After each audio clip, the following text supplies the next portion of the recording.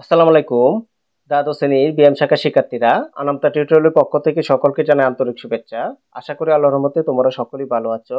আজ তোমাদের জন্য বিজনেস ইংলিশ অ্যান্ড কমিউনিকেশন এখান থেকে একটি সুপার সাজেশন দিব। আশা আশা করি এখান থেকে তোমরা যে সাজেশনটি দিব এই সাজেশনটি যদি ভালো করে পড়ে নাও, ইনশাল্লাহ এখান থেকে তোমাদের 100%ই কমন পড়বে।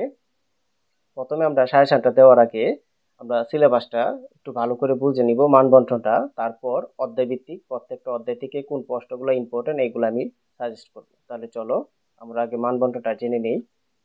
তোমরা এখানে লক্ষ্য করো, তোমাদের বিভাগ থাকবে দুইটা, একটা হচ্ছে ক বিভাগ আর একটা হচ্ছে খ বিভাগ।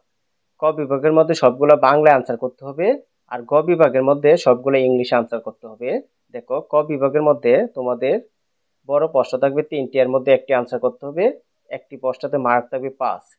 আর বিজ্ঞাপন, দরপত্র, বিজ্ঞপ্তি অথবা অনুসন্ধানপত্র অথবা তাগাদপত্র থেকে এখান থেকে যে কোনো তিনটা প্রশ্ন থাকবে, একটি প্রশ্ন উত্তর দিতে হবে, এখানে থাকবে 4।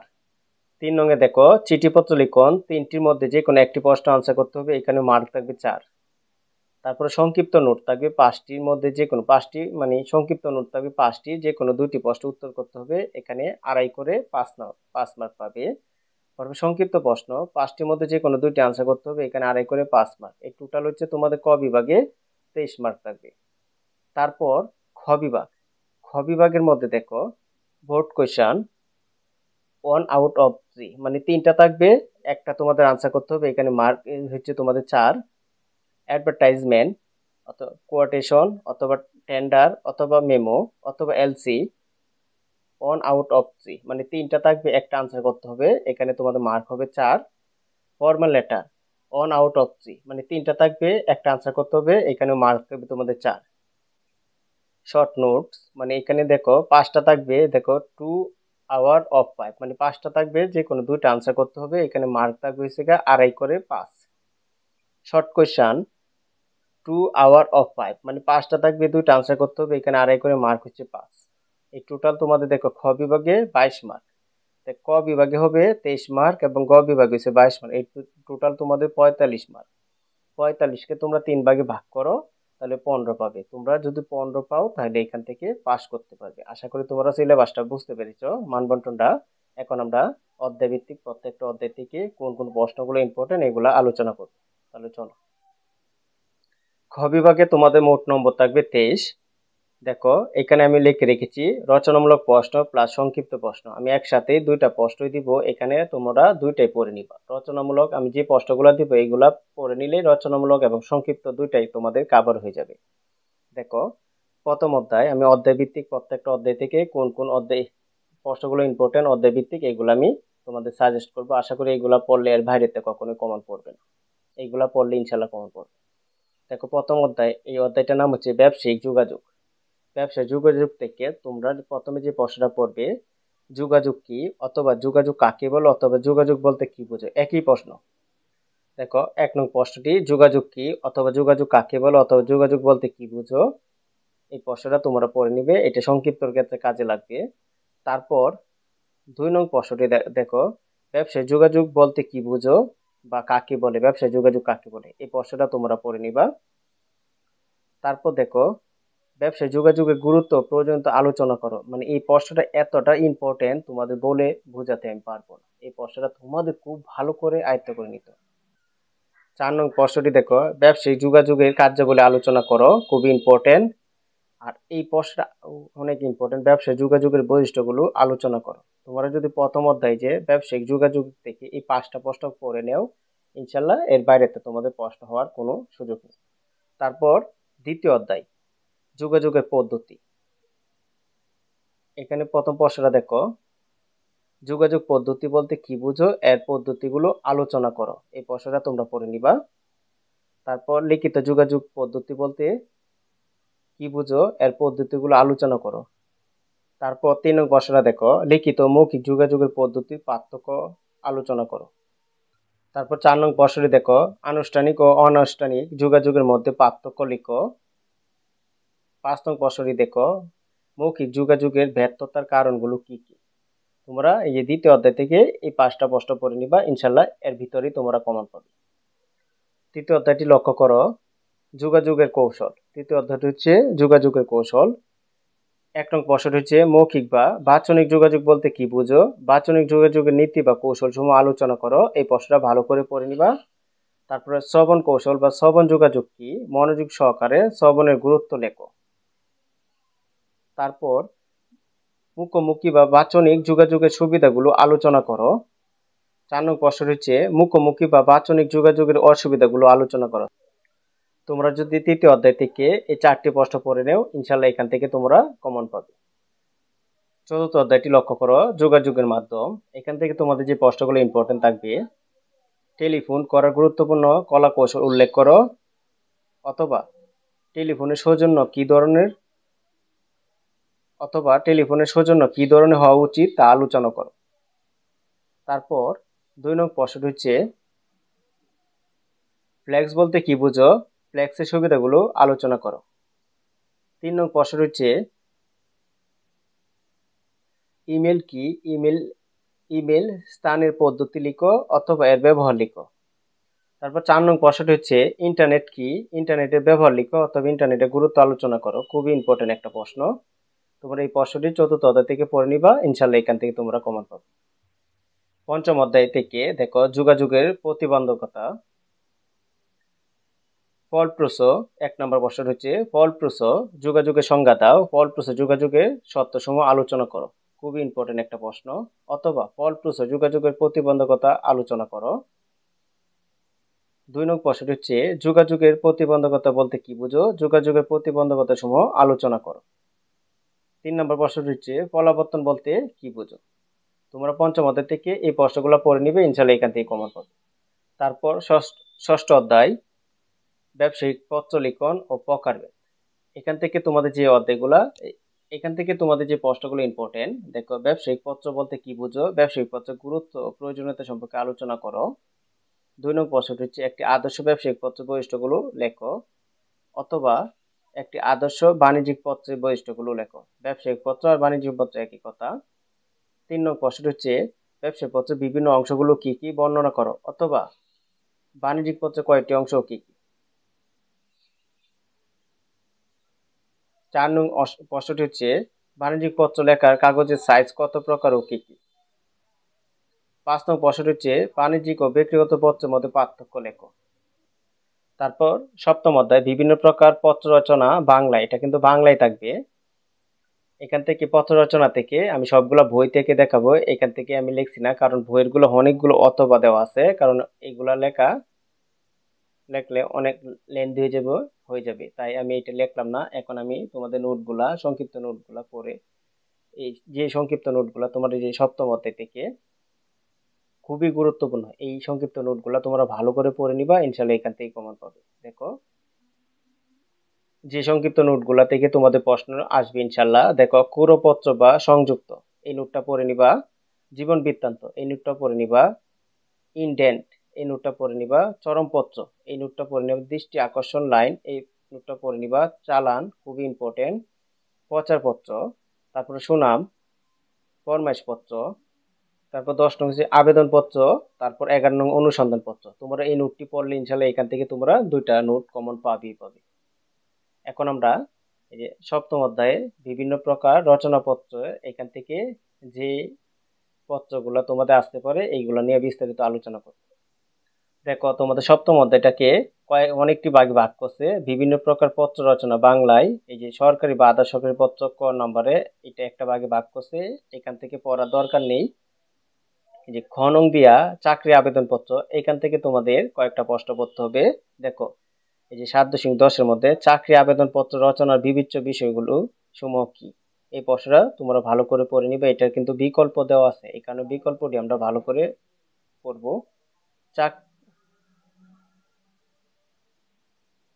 দেখো চাকরি আবেদন পত্র রচনা বিবেচ্য বিষয়গুলো সমূহ কি, এটা বিকল্পগুলো দেখো কি কি দেওয়া আছে। অথবা চাকরি আবেদন পত্র লেখার বিবেচ্য বিষয় সমূহ লিখো, অথবা চাকরি দরখাস্ত করার সময় কি কি তথ্য সরবরাহ করা প্রয়োজন। তারপর সংবাদপত্রে প্রচারিত বিজ্ঞপ্তির আলোকে একটি ইন্স্যুরেন্স কোম্পানিতে ম্যানেজার পদের জন্য আবেদন পত্র লিখো। দেখো এটা কয়টা বিকল্প আছে। অথবা একটি ইন্স্যুরেন্স কোম্পানিতে সহকারী ম্যানেজার পদের জন্য আবেদনপত্র প্রণয়ন করো, অথবা একটি কোম্পানি সহকারী ম্যানেজারের পদের জন্য আবেদনপত্র লিখো, অথবা একটি ইন্স্যুরেন্স কোম্পানিতে হিসাবরক্ষক পদের জন্য একখানা আবেদনপত্র লিখো, অথবা সংবাদপত্রে বিজ্ঞাপনের আলোকে হিসাব সহকারী পদের জন্য একটি আবেদনপত্র লেখো, অথবা সহকারী ব্যবস্থাপক পদের জন্য পত্রিকা বিজ্ঞাপনের প্রেক্ষিতে একটি আবেদনপত্র রচনা করো। তোমরা এখানে লক্ষ্য করো, দেখো একটা প্রশ্নকে কতভাবে ঘুরিয়ে পেঁচিয়ে দিছে। তোমরা এই প্রশ্নটা ভালো করে পড়ে নিবা। তারপর দেখো এই প্রশ্নটা পড়ে নিবা, মুলতাহা পাবলিকেশন লিমিটেড কতিপয় শূন্য পদে লোক নিয়োগের জন্য একটি কর্মকালী বা নিয়োগ বিজ্ঞপ্তি প্রকাশ করো। এই প্রশ্নটা দেখো আবার অথবা দিছে, যে কোনো কোম্পানির পক্ষে কতিপয় শূন্য পদে লোক নিয়োগের জন্য একটি কর্মকালী বিজ্ঞপ্তি লেখো। তোমরা যদি এই সরকারি আবেদনপত্র থেকে যে প্রশ্নগুলো দেখাইছে এগুলো পড়ে নাও, ইনশাল্লাহ এখান থেকে তোমরা যদি আসে সরকারি আবেদনপত্র থেকে তাহলে এর ভিতরে আসবে।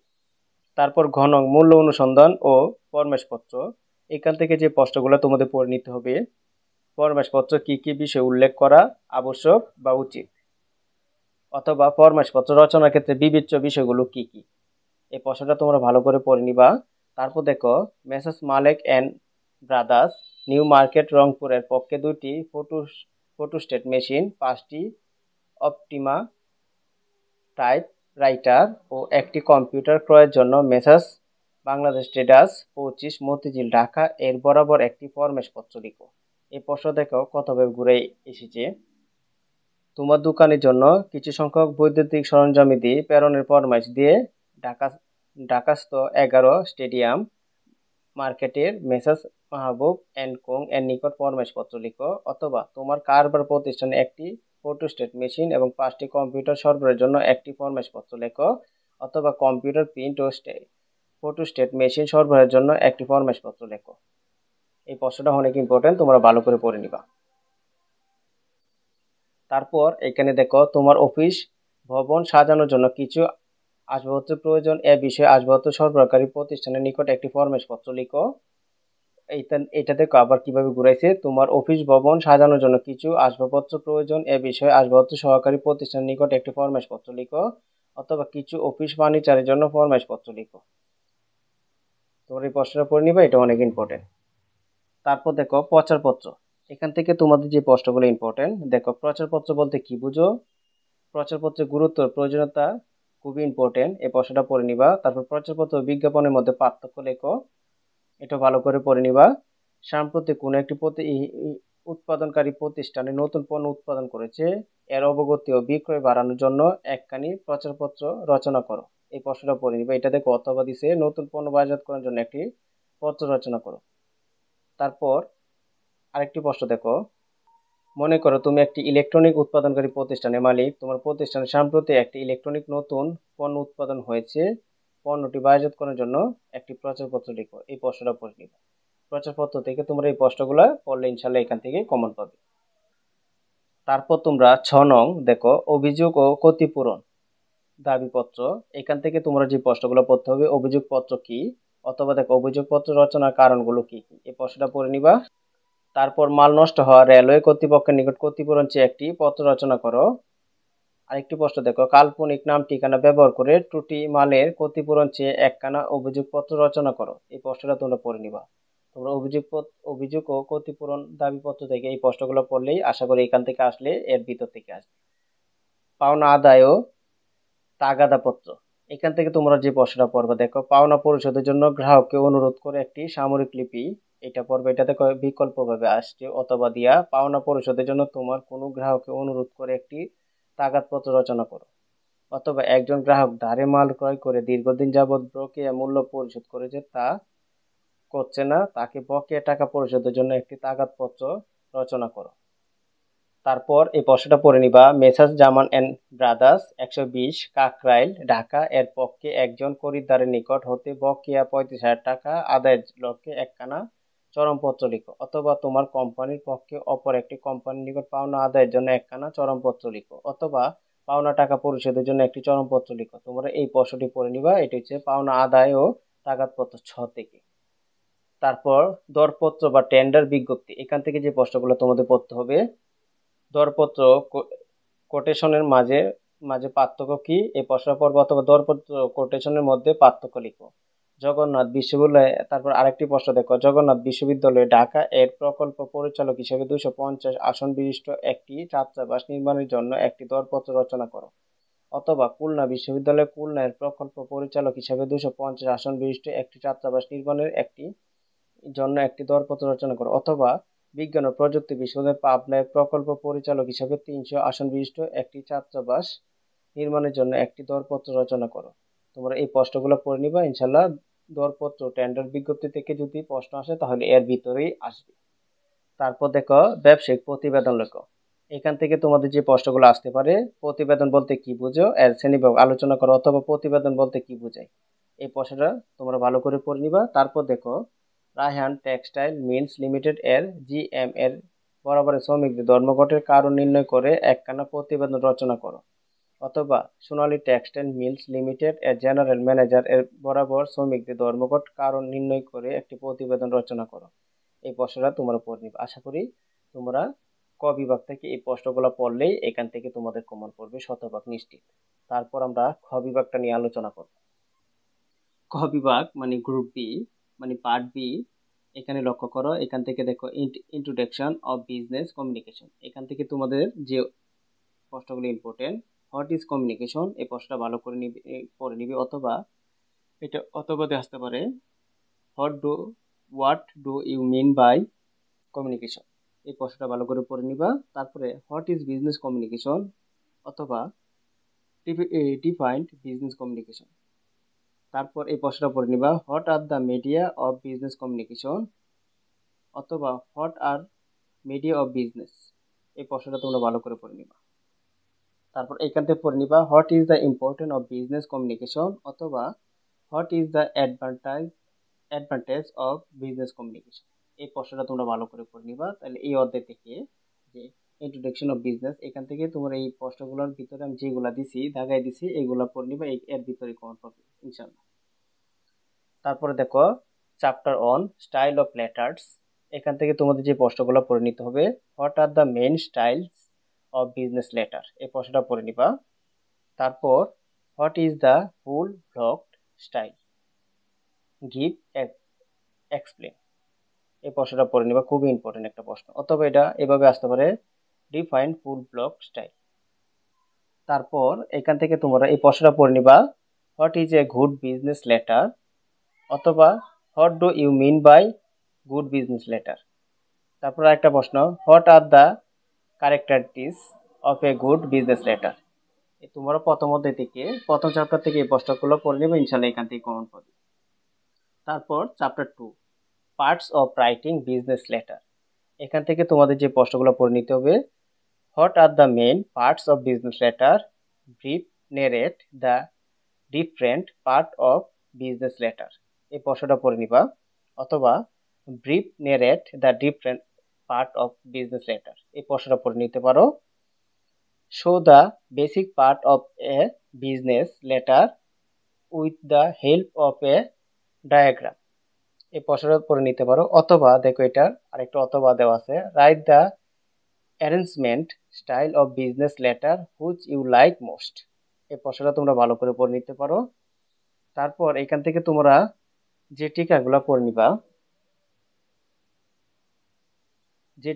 তোমরা পড়ে নিবা সাবজেক্ট লাইন, তারপরে পোস্ট স্ক্রিপ্ট, এই নোটটা পড়ে নিবা। তারপরে গুড উইল, তারপরে সিম্পলিফাইড স্টাইল, এই প্রশ্নগুলো তোমরা পড়ে নিবা, ইনশাল্লাহ এখান থেকে তোমরা নোটগুলা কমন পাবে। তারপরে chapter 3 types of business letters. এখান থেকে তোমরা যে প্রশ্ন পড়বা, দেখো হোয়াট ইজ বিজনেস লেটার্স, এই প্রশ্নটা তোমরা পড়ে নিবা। তারপরে তোমরা যে দেখো অন জব লেটার, এখান থেকে যে প্রশ্নগুলো পড়ে নিবা, what is A job letter, এই প্রশ্নটা পড়ে নিবা। তারপরে তোমরা এই প্রশ্নটা পড়ে নিবা what write a letter of application to the managing director, অথবা Sonali bank Dhaka for the post of assistant accountant along with a personal data sheet, এই প্রশ্নটা পড়ে নিতে পারো। এটা দেখো বিকল্প কয়টা ভাবে এসেছে, write a application to the managing director Rupali Bank Limited Dhaka for the post of an assistant accountant অথবা দেখো এটা আবার এসেছে write application to the managing director Sonali Bank Limited Dhaka for the post and assistant accountant অথবা আরেকটা দেখো write application to the managing director or RJ Corporation Dhanmondi Dhaka for the commercial area Dhaka 1000 এই প্রশ্নটা পড়ে নিবা তারপরে যে আরেকটা প্রশ্ন দেখো write a letter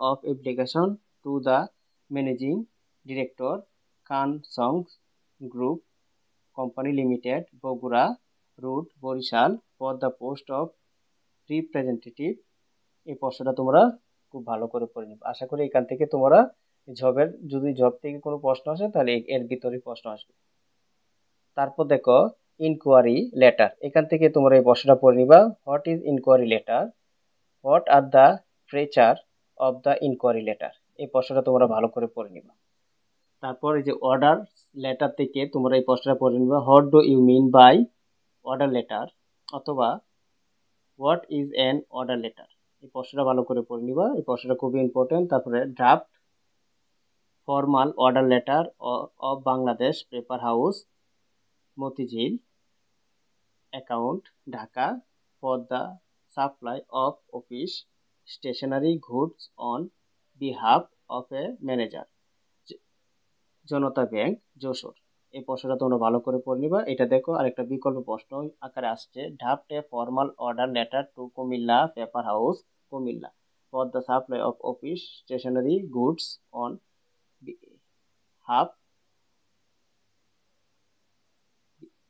behalf of the manager Rupali Bank New Market Branch Chattogram এই প্রশ্নটা তোমরা ভালো করে পড়ে নিবা ইনশাআল্লাহ এখান থেকে যদি তোমার অর্ডার লেটার থেকে আসে তাহলে এখান থেকে প্রশ্ন আসবে মেমোরি র্যান্ডম থেকে তোমাদের এই প্রশ্নটা পড়বা what is the memory random এই প্রশ্নটা খুব ভালো করে পড়ে নিবা এখান থেকে একটা প্রশ্ন পড়লে হবে এখান থেকে তোমার এই যে অ্যাডভার্টাইজমেন্ট এখান থেকে পড়ে নিবা হোয়াট ইজ অ্যাডভার্টাইজমেন্ট অথবা what are the characteristics of a good advertisement এই প্রশ্নটা পড়ে নিবা অথবা ডিফাইন অ্যাডভার্টাইজমেন্ট এই প্রশ্নটা তোমরা পড়ে নিবা তারপর দেখো draft a job advertisement by using imaginary named and address তারপর 4 নং প্রশ্নটা দেখো draft a advertisement to be published in the daily news paper for publishing Hena shop and behalf of the company এই প্রশ্নটা তোমরা ভালো করে পড়ে নিবা তারপর আরেকটা প্রশ্ন দেখো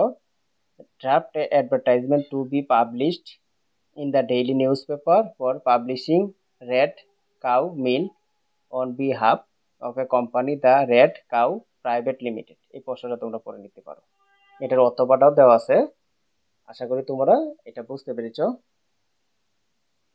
তারপর টেন্ডার এন্ড কোয়াটেশন থেকে তোমরা এই প্রশ্নটা পড়ে নিতে পারো what do you understand by quotation and tender অথবা ডিফাইন কোয়াটেশন অথবা হোয়াট ইজ টেন্ডার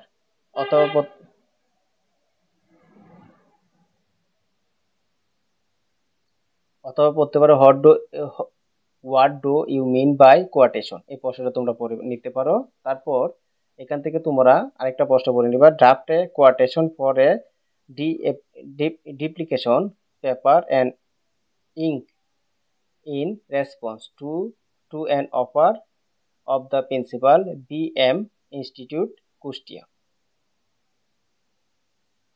তারপর তোমার এই যে লেটার অফ ক্রেডিট এলসি এখান থেকে তোমার যে প্রশ্নগুলো পড়বা দেখো what is a letter of credit অথবা write a letter of credit LC of Robi and brothers Dhaka Bangladesh অথবা দেখো এখানে আরেকটা আছে write a letter of credit of MS Robi and bros Khulna Bangladesh এই প্রশ্নগুলো পড়ে নিবা লেটার অফ ক্রেডিট এলসি থেকে এখান থেকে আশা করি যদি আসে তাহলে এখান থেকে কমন করতে পারে ব্যাংক সলভেন্সি সার্টিফিকেট এখান থেকে তোমাদের যে প্রশ্নগুলো পড়ে নিতে হবে হোয়াট ইজ ব্যাংক সলভেন্সি এই প্রশ্নটা ভালো করে পড়ে নিবা তারপর বিজনেস রিপোর্ট মানে এখান থেকে তোমাদের প্রতি বছর প্রশ্ন আসে এখান থেকে তোমরা একটু পড়ে নিবা হোয়াট ইজ রিপোর্ট এটা পড়ে নিবা। তারপর হোয়াট ইজ বিজনেস রিপোর্ট এই প্রশ্নের সংজ্ঞাটা পড়ে নিবা।